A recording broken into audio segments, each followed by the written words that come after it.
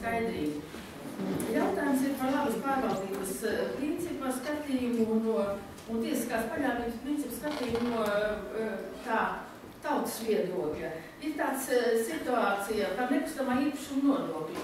Praktiski nekustamā ir diva veida daudzdzīvokļu mājas, kuras sadalītas dzīvokļu īpašumos un domājamās daļās. Jūs to visu droši vien zināt.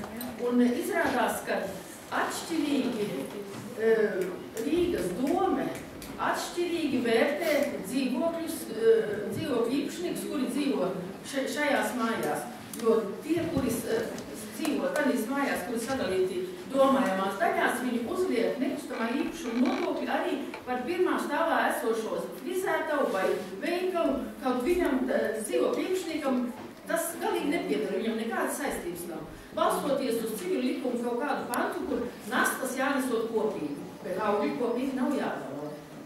Es gribētu dzirdēt jūsu viedokļi. Es gribēju griezties administratīvā tiesā, bet nokavējām to terminu. Vai ir vērts griezties administratīvā tiesā šādi jautājumi? Jo es uzskatu, ka šeit labas pārvaldības principus. Viss jau ir izspriests. Jau ir izspriests. Ir jau izspriests.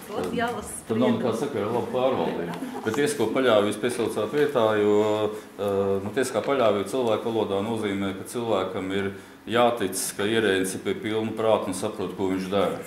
Tā vienkārši, ja, un ja vienā gadījumā dara tā, otrā tā un trešā vēl pavisam jocīgi, tad kaut kas tur īsti nav kārtībā, tad uz to var atsaukties. Bet juridiski jūs varētu atsaukties tikai tad, ja kāds būtu jums kaut ko konkrēti sasolījis, tur, kā es saprotu, šajā gadījumā nav. Ir vairākas problēmas, kas saistās ar nekustamo īpašumu kolektīvo īpašnieku apsaimniekošanu. Es saprotu, Veronika gatavs visu atbildēt, saprotiet, ir vairākas lietas, kuras ir jāizdomā. Tiesības nedarbojas pašas no sevis. Ir saprātīgā procedūrā jāizlīdzsvaro intereses, un ja tajā vienošanās procedūrā kāda interese nav pārstāvēta, tad pilnīgi dabiski, ka tā tiek apbižota. Un šobrīd mēs ar tādu, es domāju, Latvija, pēdējos 20 gados ar tādu kļūdu mēģinām atrast saprātīgu risinājumu, kad vienai mantai ir vairāki īpašnieki.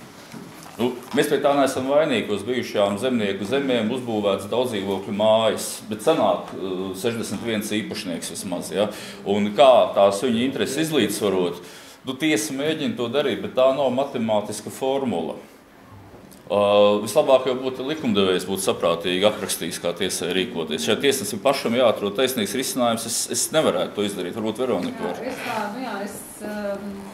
Konkrēti, es pateikšu tik daudz, cik es domāju, ko es varu pateikt. Tā jūsu problēma tik tiešām ir tā, ka dzīvojamā mājā nav dzīvokļu īpašuma, bet tās domājamās daļas. Tā ir atšķirīga situācija no tās situācijas, kad ir dzīvokļu īpašumi. Mums augstākajā tiesā ir bijušas vismaz man šķiet divas šādas lietas, un mēs esam pateikuši savu viedokli. Ja ir iespējams, es nezinu, kaut vai caur Arvīdu, jūs varat, jums ir e-pasts vai pasts, jūs varat e-pasts, ļoti labi, tad kaut vai ne caur Arvīdu, jūs uzrakstiet man savu e-pastu, es jums nosūtīšu mūsu praksi, un tad jūs varat skatīties, kāda tā ir. Tu apstāties mājaslapā? Es varbūt, man jāapskās. Es domāju, ka ir arī augstākais tiesas mājaslapā. Jā, mājaslapā tu uzreiz pēc pasākuma, tu pat datorā. Jā, tad mēs uzreiz pēc pasākuma jums varu parādīt, kurš tas spriedums. Tas ir tas, par ko Inga iepriekš runāja, ka tai judikatūrai vajadzēja būt labai tiesas praksē, vajadzēja būt zināmai ne tikai tiesnešiem, kas ir pilnīgi dabisks tiesnesis. Ja kurš neviens tiesnesis negrib būt tāds, kuram atceļ viss spriedums, tad nav nekāda gandrība no padarītā darba, ja, un viņi cenšas sakot līdz tam visam.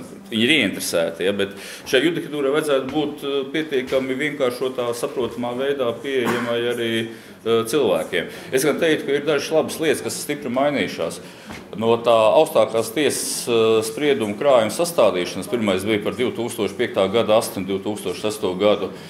Tur parasti vienam spriedumam bija viens teikumiņš kaut ko paskaidrošanu, pēc tam reizēm diezgan tāds izplūdes. Tagad ir spriedumi, kuriem jau tās atziņas ir sarakstītas vairāk nekā uz vienas lapas puses. Un tās visas atziņas, tās ir tās, ko cilvēkam vajadzētu zināt. ko es esmu šajā pašā auditorijā ierēģiem ieteicis, daļa no jums te bijis klāt un atcerās to, ka šīm grāmatām, tas ir divas grāmatiņas, viena administratīvā procesa likums un otra ir attiecīgie likumi, kas darbojas tajā nozarē, kurā jūs strādājat, ja, kur likumus piemērojat. Mums vienkārši ir abās šajās grāmatās ir jāraksta klāt ne tikai tas, kas šajos pantos, bet pantiem jāstiķē klāt arī tiesu prakses atziņas. Piemēram, pirmskara izdevumos, cik pie kāda atrodas mans administratīvā soda likuma eksemplārs pirmskara, ja? Tur ļoti labi, tāds mazs zaļa grāmatiņa, atturētā maksā kāds 15 lapus. Tur ļoti labi var redzēt, tur seko ne tikai attiecīgais pants, bet klāt ir pierakstīta senāta atziņa. Ja? Un cilvēks uzreiz no tās grāmatiņas uzreiz saprot, kas tālāk sekos. Saprātīgs cilvēks var izlasīt un saprast, kas tālāk notiks. Šobrīd iznāk tā, ka internetā tas viss ir, ja, bet es domāju, kā tu parasti saka, tantus Bauskai vai onkls Mēsragā, ar visu to, ka viņu dēls māk lietot internetu, viņiem tas tomēr šķiet kaut kur nesaprotam, uz kuras sienas tas ir uzrakstīts. It kā tas viss turpat blakus mājās ir, bet viņš nezin, kā līdz turienei nokļūt. Par to vajadzētu kaut kādā veidā. Man šobrīd tiešām nav idejas, varbūt biežāk par to jārunā vienkārši.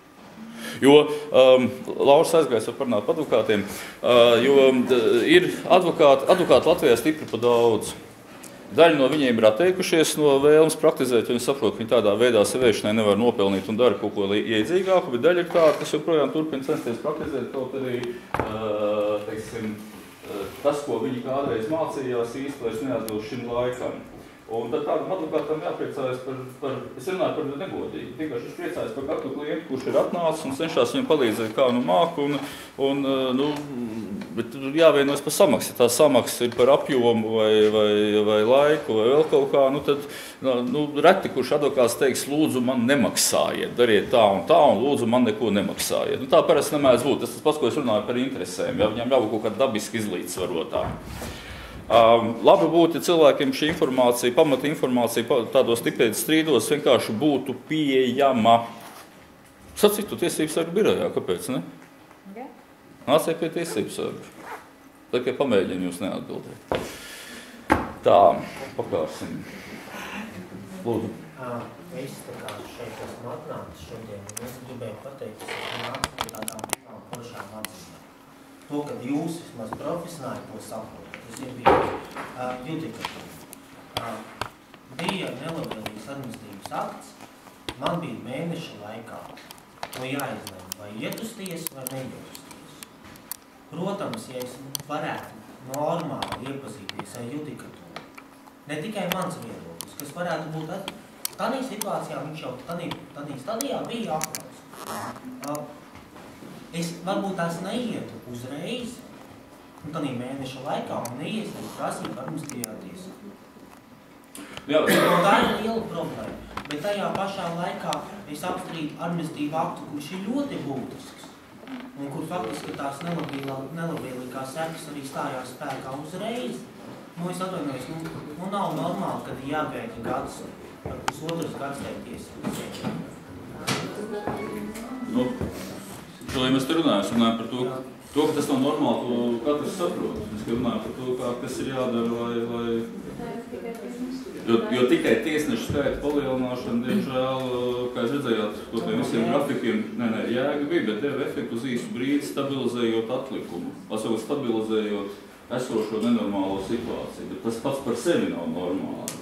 Jautājums, cik tos tiesnešus vajag, un tas priekšlikuma virzība visur ir skaidra, kad ir jāsamazina, nevis jāpalielina pēc iespējas vairāk tiesnešu skaits, bet jāpalielina tiesu personāla loma, jo tie nav uz salīdzinoši lētāk izglītība, drusku mazāk alga, ir daudz lietas, ko var izdarīt efektīvāk. Ja?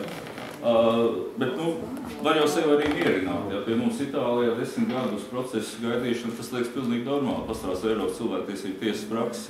Tiesības taisnīgi tiesu, tad termiņi bez pārtraukuma tiek kavēti. Tādu brīnumu mums nav. Es arī atceros, ka mēs strādājām pie administratīvā procesa likuma, likām iekšā, ka maksimālais termiņš administratīvā akta izdošanai būs gads. Franču eksperti teica, jūs traki esat, kā jūs to iedomājaties? Tas taču nav iespējams. Protams, ir gadījumi, ka tas nav iespējams. Ja, bet, ir lietas, kas mums notiek ātrāk, saprātāk, nevēlas teikt tā, kamēr administratīvās tiesas vēl ir tāds, kā es redzēju, dzīvi cilvēki uztraucās par taisnīgu un savu godu, ja? Nav notrūmājušās, nav tādas pārvērtušās par birokrātiskām iestādēm. Tikmēr mums te viss ir to pietiekami saprātīgā laikā. Es vienmēr sabrīnos, braucot pa Antonijas ielu, kādreiz arī Brīvības ielu skatoties, kuros logos deg gaismu. Mums, protams, man grūti to sēžēnās, kuros logos vakarot deg gaismu. Ja?